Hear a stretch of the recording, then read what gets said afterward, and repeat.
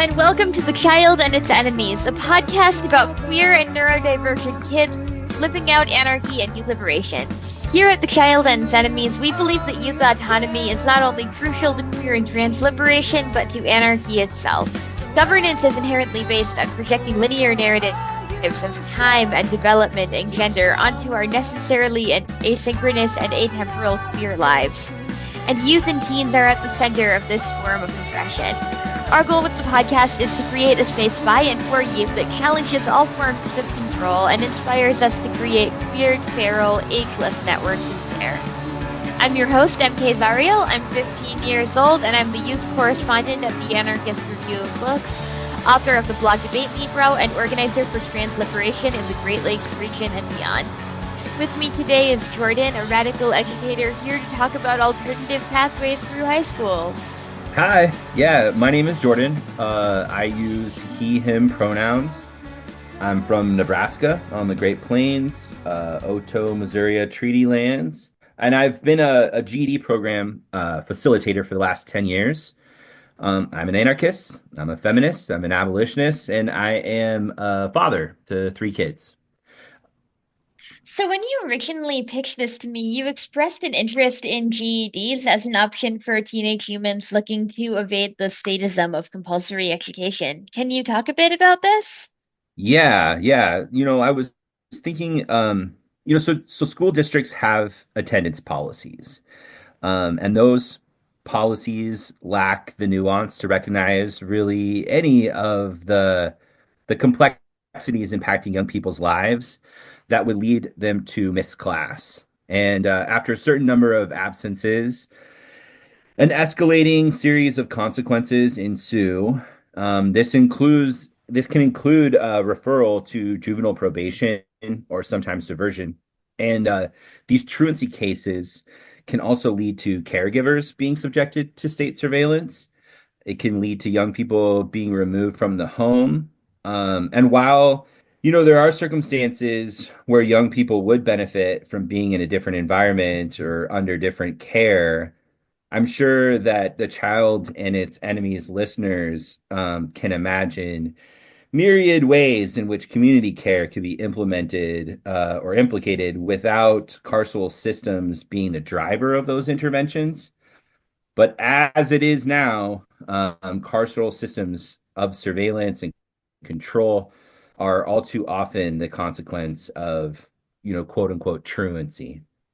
The GED route, even in a program that's structured similarly to conventional schooling, can provide a fresh start, right? And there might also be community-based programs where you live that offer much more flexible structure. Thankfully, that's the type of program I'm involved with. You could also, you could attain your GED with the help with friends, trusted mentors. You could also go the kind of library card, autodidact route and do a lot of this work on your own. But there are, right, we should recognize that there are some barriers for young people to be able to access the GED. Some programs will pay for testing, but costs are associated with the GED. You need ID from your state, like a state issued ID. And that often means, like the name on your ID is the one you have to answer to there. There will be age-based eligibility in your state, and that can vary some from state to state, like when you're old enough to withdraw from school. And the GED is not going to offer a lot of the opportunities that you might find in your public school, like art or drama or sports. So that's another thing to take into consideration. You also, if you want to pursue like post-secondary ed, which is totally still a possibility, you very likely might lack the prerequisites to just like jump into like a 4-year university type setting, but those credits can still be obtained, usually like at a community college. Yeah, so those are some of those options, some of those things to think about. Also, accommodations for learning disabilities are they make it really onerous, the process, to try to get that. We could talk more about that if you want, but yeah, those are some of the barriers. Um, so all things to take into consideration. But again, you have a different level of scrutiny from the state as a GED student than you would as a traditional student. Yeah, that's those are some of those initial thoughts. Thank you so much for bringing all that up. I find it fascinating and horrifying how even with this state-sanctioned thing that is very much within compulsory education, there's still some form of state repression and some form of stigma around it. It's almost as if statist beauty standards for education will never apply to queer and trans folks. Actually, that's exactly what it is because statism is Yeah, deeply unethical, as our listeners know. How do you think that this can look for us, for those of us who want to pursue higher education without engaging in statism? Like, I've known so many teens who have academic special interests and might want to for that reason, or maybe are fleeing homophobic states or harmful family situations, so want an excuse to try a different location. Like, what can it look like to navigate college without engaging in that commodification of life and education? yeah. A tough question that a lot of us have faced, and but I think, my answer to that addresses that we live in a society that individuates success and failure. Of course we know that's a lie. That's, not real.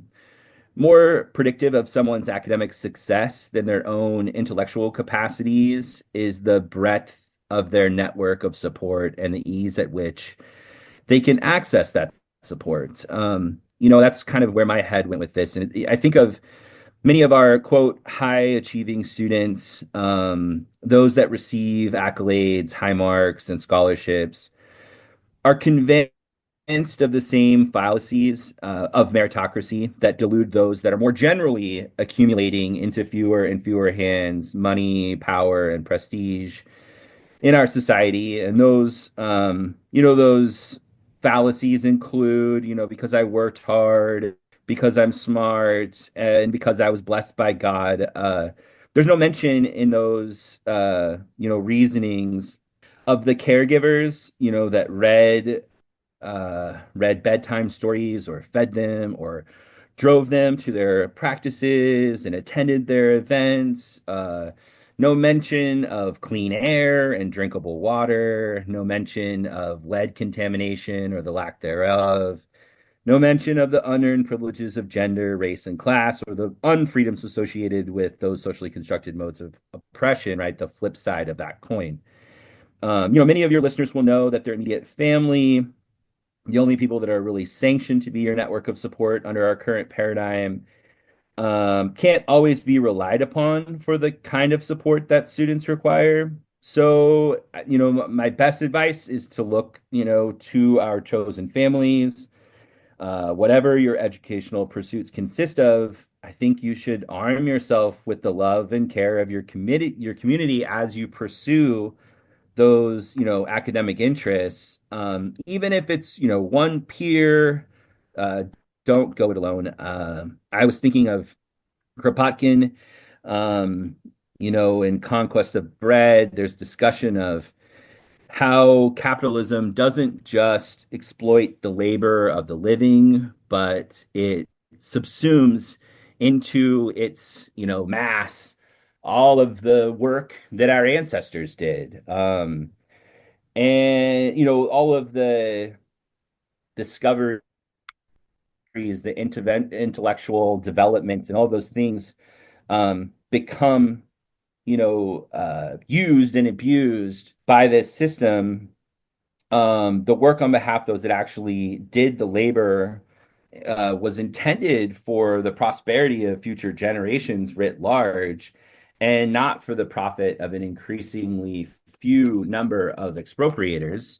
The genes of crops that were domesticated by the ancestors of people indigenous to where I live are now the intellectual property of Monsanto. We know better than this, though, right? We have to reject the internalization of these fallacies. We are all interdependent and we are all connected. Um, so ideally, I think you would have like a study group that is outside of academia where you can develop your interests and sharpen your skills. And together with the support of your network and your developed analytical skills, I think you can confidently enter into those spaces. And those spaces will benefit from your participation, right? And there are benefits that you can derive from being in those kinds of academic spaces, but it's not, it's not our home. It's not a resting place. It's a site of struggle. It's a contested space. Um, and yeah, we can't concede that space to our enemies either. So yeah, it's a site of struggle. And yeah, there are things that those kinds of intellectual pursuits in that kind of environment can benefit us. And I think that we have stuff to offer to the conversation, certainly.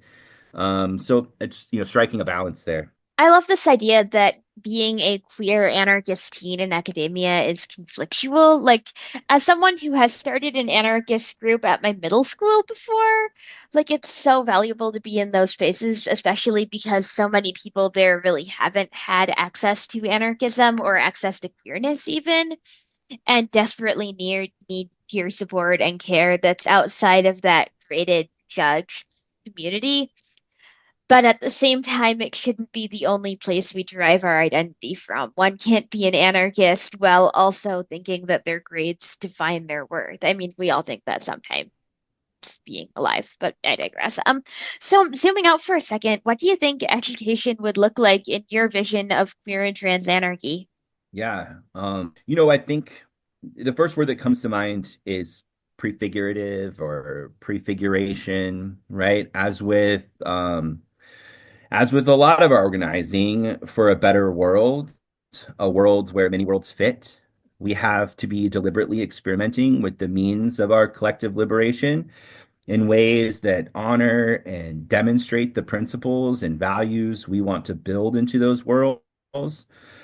Uh, those include, but are not limited to, autonomy, free association, participatory democracy, horizontality, and direct action. I would emphasize experimentation in this process. There are no panaceas. Young people are under different material conditions, and each of them brings their own idiosyncrasies idiosyncrasies to their yes, yeah, to the table. And if I can pin down one piece of this, I would look to play. Play gives us the freedom to iterate, to experiment, to generate means of our pedagogy in relationship to each other and to our environment. And I'd emphasize that play is not the same as not real. Sometimes if we say like, oh, that's just play, it separates it from, real material conditions. But when we're playing, we are creating the very real muscle memory and the neural pathways that build our capacity to do everything from the dishes to dealing with conflict, our very real capacity to cause harm. So I think that should be, at the fore of our educational pursuits. Um, you know, Early and often discussing, playing at, and dealing with the ideas of consent and community agreements and boundaries. Again, how do we deal with conflict? How do we navigate and embrace our messy humanness? Polycentric and horizontal and messy systems are more robust and sustainable than hierarchical top-down systems. That's a shout out to Eleanor Ostrom. This is the frustration and misery of many of our young people. They know intuitively that there's a better way.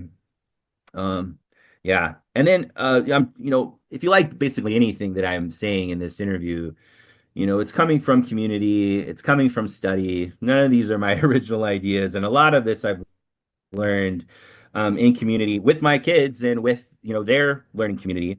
So two of my kids go to a school whose philosophy is they say democratic self-directed, and the youngest is in a Montessori school. There's a relationship there to unschooling. We're gonna get to that, I think, yeah. So I can't really speak to unschooling, but in this case, our school has taught us a lot about conflict resolution, which I touched on, and conflict resolution is a huge emphasis in their pedagogy. It undergirds really all of their offerings. So the young people vote on, we do like a ranked choice voting on what they're going to learn and pursue and study and inquire, that time period, sort of like a quarter or a semester. And but the conflict resolution piece is always present in how they're navigating that space with each other and learning from each other. So yeah, a big shout out to Wild Learning, my kids' school.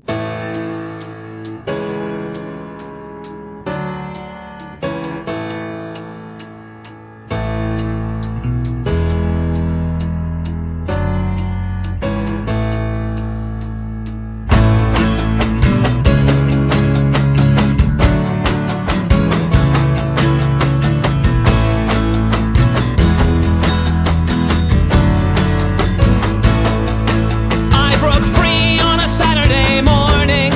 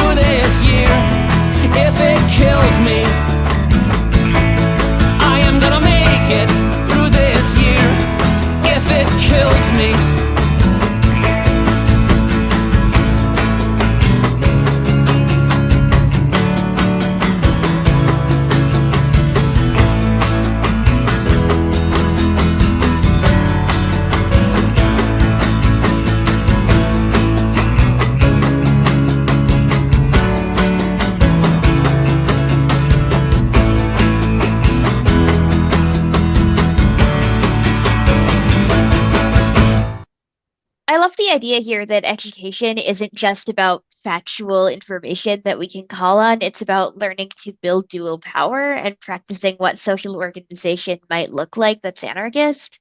Like personally, even as someone who's in the education system, I've learned much more in the practical sense from anarchist organizing than I have anywhere else. And honestly, anarchist organizing teaches so many skills implicitly, like especially around technology in my case. Like I would never know how Hmm. to do the basics of digital security or graphic design or any of it if I hadn't been engaged in anarchist organizing since I was 13. And like, I feel like even for youth who aren't into organizing or maybe don't want to do anything that's conflictual, which is totally valid, that idea of DIY and autonomous ways of educating each other rather than passively waiting to be educated are absolutely crucial.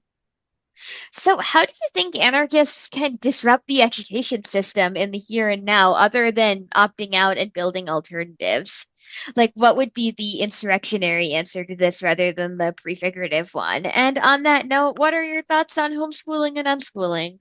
Um, yeah, first, so the unschooling, I will defer to other folks on that know more about that movement. Homeschooling is interesting because it can be, an escape from that compulsory education, state education, but it can also be like a retreat into like toxic family dynamics, right? So it's like it can be very much what you make of it. And it can be used as a way to free young people. It can be used as a way to control young people. So, yeah, but I think it's definitely something that a lot of folks are taking, more seriously and taking a close look at and really asking themselves, if it works with their family, with their community to be able to, meet the needs of young people and children in that setting. And it's totally achievable, and there are resources to support that work. And the other, you know, big question there, I think, the first part of that is, I think of solidarity, which will not be a new concept to your audience. Um, School can be, I also, yeah, we need that. School can be a significant source of stress to the student, and to the family. And I think of all the adults, right, that we know that, myself included, that's still have the nightmare where you forgot your homework or you didn't realize there was a pop quiz, or you have some sort of humiliating experience in the classroom or something like that. And but that's like you pretty well recognized as something that we many of us that share that experience have like an after effect of, right? And um yeah, it can also, as I said, it can be a source of tension in our relationships at home and in our communities, especially if we're on the receiving end of those attendance policies we talked about earlier. Um, so I currently work in an office with 7 people, and I see like 4 to 10 participants in a given day. And this is enough, for me to drain my social battery, on some days and weeks where I need, alone time to recover or like nature time to recharge. But we have the expectation that our young people navigate school buildings with like very often thousands of students, not to mention teachers, administrators, and support staff. And these high social demands can be a source of anxiety for a lot of students.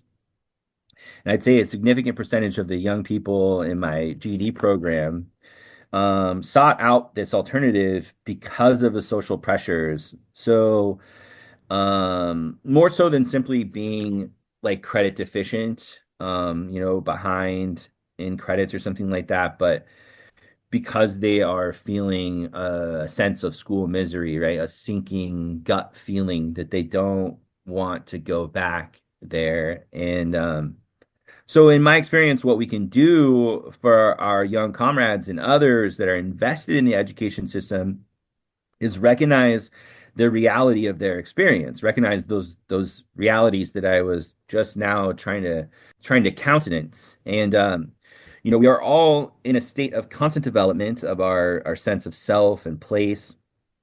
And with ongoing genocides and climate catastrophe and ecological collapse, or imperialist, white supremacist, capitalist patriarchy, as Bell Hooks would say. We have every reason to be alternatingly sad and determined, indignant, filled with rage, overwhelmed by love, despondent, joyful. And these are all our human emotions. And I dare say, in this context, that even the desire to end one's life is human.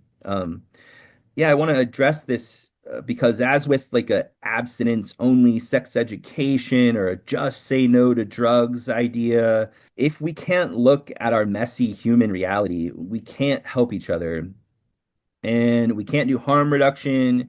We can't understand risk. And while there are tools that I would encourage people to seek out from biomedicine or psychology, psychiatry. Those things can be vital, but we shouldn't only medicalize what has been called a sacred crisis of self.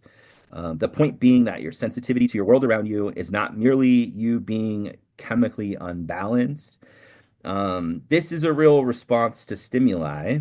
And the solution is not a world without you, I promise. The solution is our collective struggle towards liberation. The world with your presence and the presence of justice together, those things together. As Martin Luther King, who was murdered, right, with at least the complicity of the state, said, "There are things in our nation and in the world to which I am proud to be maladjusted, and which I call upon all people of goodwill to remain maladjusted until the good society is realized. I must honestly say that I never intend to adjust myself to segregation and discrimination. I never intend to adjust to religious bigotry. I never intend to adjust myself to economic conditions which take necessities from the many to give luxuries to the few. I never intend to adjust myself to the madness of militarism and the self-defeating effects of physical violence." So we keep us safe. Some folks may need to have watch kept over them, and other interventions, but people also need empathy. People need commiseration. We can't fix everything, but we can be in solidarity with our friends that are going through dark places, and we can't gaslight them, right? Like, they're the thing that is unwell in this world. We have to recognize the darkness and collectively commit to the fight back against it. So, access to liberatory education is suicide prevention. Housing is suicide prevention. Environmental justice is suicide prevention. Anti-imperialism is suicide prevention. Anti-fascist organizing is suicide prevention, and queer liberation is suicide prevention. Um, so I feel like that's not maybe the most direct answer to your question, but I feel like that's our starting place to build networks of solidarity around the real world that we're living in, um, to be outside of and against, until we can, build that better world, or as we build that better world and make it a reality in our relationships in everyday life. Um, that's the best I've got for that question, especially in the context of young people trying to escape compulsory education and find their own path. Let's as we are, which is often hurting, and that's where I took that. Yeah. Thank you so much for talking about that. The idea that mutual aid and peer networks of care and seeing mental health struggles not just as something to resolve and then move on from, but as a symptom of statist harm is so real. As someone who is neurodivergent just by virtue of who I am, but has also had mental health challenges as a result of statism, honestly, like pervasive anxiety about state repression and the like, I appreciate that Yeah. so much because there will always be a range of neurologies, and that is absolutely beautiful and necessary. But if people are suffering in the mental health way, that isn't like physical disease. It isn't something to just, medicate and then ignore. It is something that statism causes, and so often youth are totally ignored when we struggle with that. There are carceral hotlines, there are peer support groups that don't do anything, but there isn't conflictual organizing, which is so often just what we need for our mental health. So, on that note, so many queer and trans young people, myself included, have faced anti-queer bias at school, whether from administration, other students, or just the system of compulsory education. So, from a queer liberationist standpoint, what can we do to resist anti-queer bias in our schools? I continue with the theme, and I quote here Miriam Kaba, everything that is worthwhile is done with other people.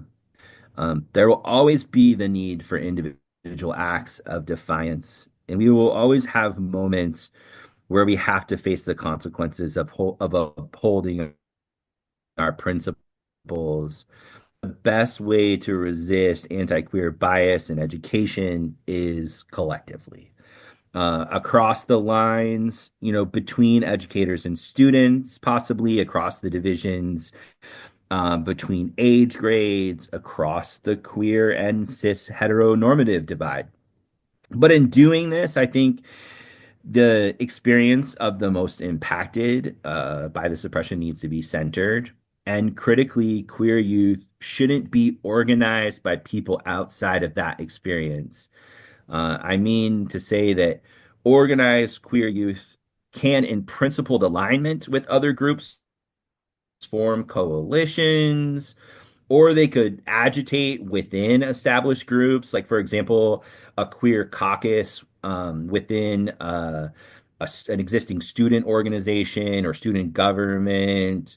But as opposed to the individual candidate in that case, right, participating in student government, thinking that they could reform the system from within, either have a separate organization that can choose to align with other groups as conditions allow, or be self-organized as like a cadre, a caucus, an affinity group within larger organizations that you have the clear objective of agitating toward collective liberation and away from the kind of performative reforms that, are gainable maybe through some of the tactics of like, even on this smaller scale, like of electoralism. But like, does that really get us to collective liberation? And the other observation I had here is that, you really have to, as a young person in these spaces,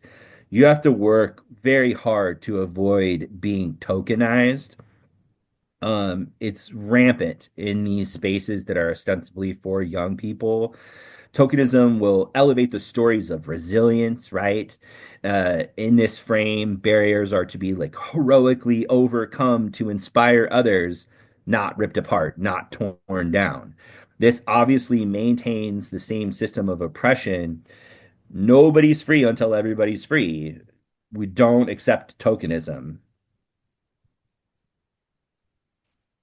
Thank you so much for speaking to that and like this experience of being the only teenager in any queer liberationist group and the only queer person in any teen focus group is so real. And honestly, this is why the Child and its Enemies facilitates two online spaces on Discord and Signal, respectively, for anarchist teens to come together and build that translocal community and maybe even plan meetups in various bioregions. And just do whatever it takes to build teenage anarchist spaces that are not about ageism and are not about tokenism. So yeah, thank you again. And to close out, are there any shameless plugs that you have for various organizations or other media that's meaningful to you? Yes, I do have some plugs. I wanted to shout out some of the mutual aid organizing in my community, like Everett Free Grocery and Lincoln Community Cares, the Lincoln and Omaha Street Medics, the Legible Distro, Mesquite Prayer Camp and its land defenders. Shout out to them. Shout out to Black Cat House and Common Root. Shout out to Omaha Tenants United and the burgeoning Lincoln sister org, Lincoln Tenants United. Look out for them. And while learning, like at school, as I mentioned before, and there's a really cool school for like preschool age children in Omaha called H1 Community Childcare, which is super cool. Yeah, and I wanted to throw this in here. We talked about some heavy content today. If you're looking, you need to talk to somebody now, you could call the 988, suicide or crisis lifeline. Available in several languages and accessible to the deaf of hearing. And I will also make my contact available to any listeners who could use help navigating this. Yes, that's it. Much love and solidarity from me.